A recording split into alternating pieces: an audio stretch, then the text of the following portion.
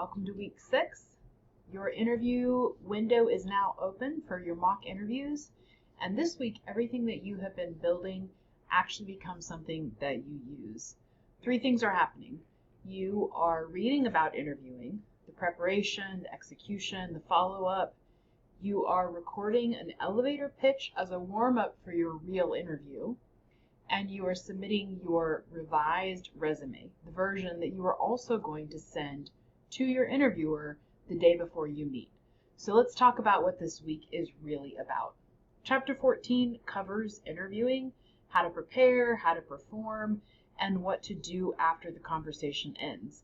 I want to spend a few moments on something in the chapter that I think gets overlooked. You know, it's easy to prepare for interviews by just memorizing answers and looking through a list of possible questions, and that's not wrong. You should know your own story. You should have some good recall on situations to bring up for specific questions, so that's not a bad way to prepare, but you also want to not just have memorized answers. That doesn't really set you apart as a strong candidate. Here's what I've seen from the other side interviewing and in experiences in the past when I was the one being interviewed.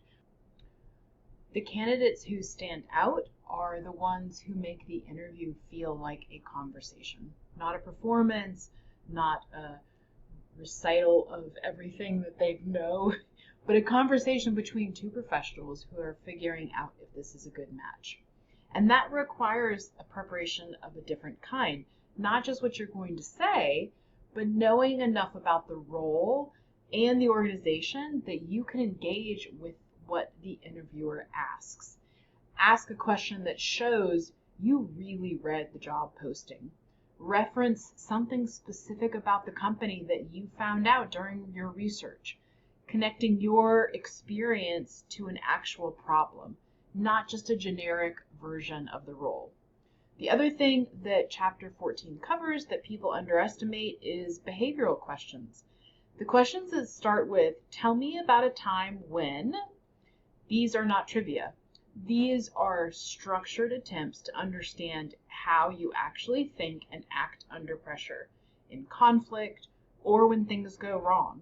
The way to answer them well is not to have the most dramatic story. It's to be specific, honest, and clear about what you actually did and what you actually learned. And you'll understand the nuance of this as you practice and you hear yourself.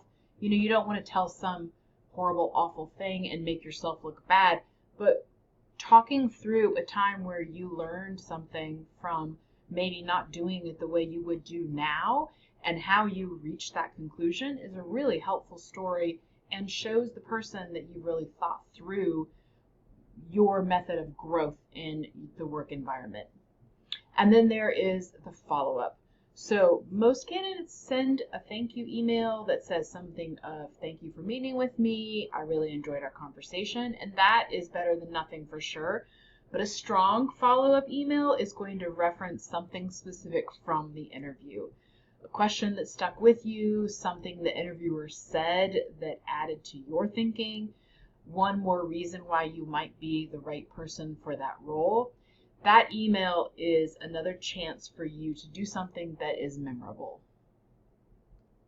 And you're going to work on this in week 7, writing a template. For now, though, read through the chapter, think about your own interview coming up. What questions do you know are coming? What's your answer to tell me about yourself?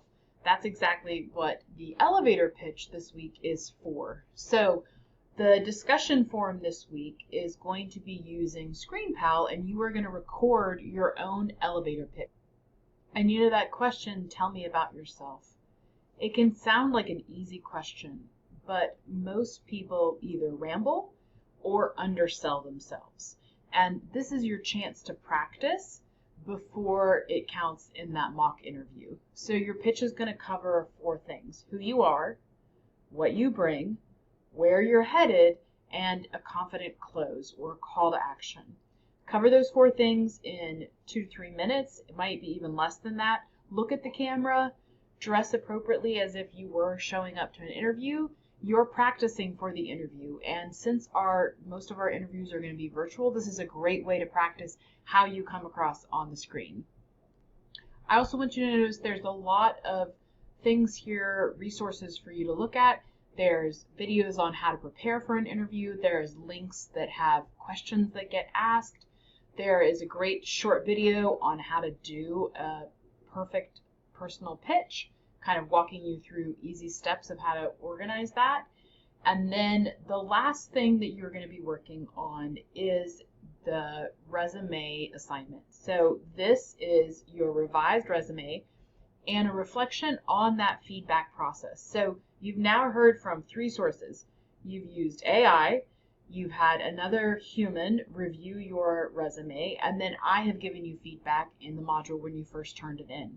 So the reflection is not a summary of what each person said. I want you to analyze it. What was useful? What was off? Where did different reviewers disagree maybe, and why? And what specific changes did you make? And is there anything you pushed back on? So this revised resume is the version your interviewer is going to read. So make sure that all your revisions are done before you send that resume to the person who is doing your interview. Please don't send them a version that doesn't have your edits addressed. That edited resume is also the version that's going to go directly into your portfolio that's part of your final capstone project. So once you have that finished, that's a component that's completely done in that project. And remember, the window to complete your interview is open through April 27th. So if you don't have a confirmed date or you have had some issues, please address those as soon as possible.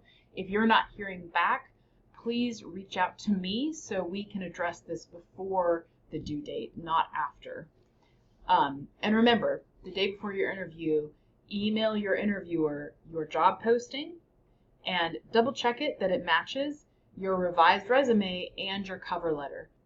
All right, and then that will be it. You have a quiz, the screen pal, and then the revised resume to send in, and that is it. And we are in the home stretch. We do not have much left. So please reach out if you have any questions, and I look forward to seeing your work.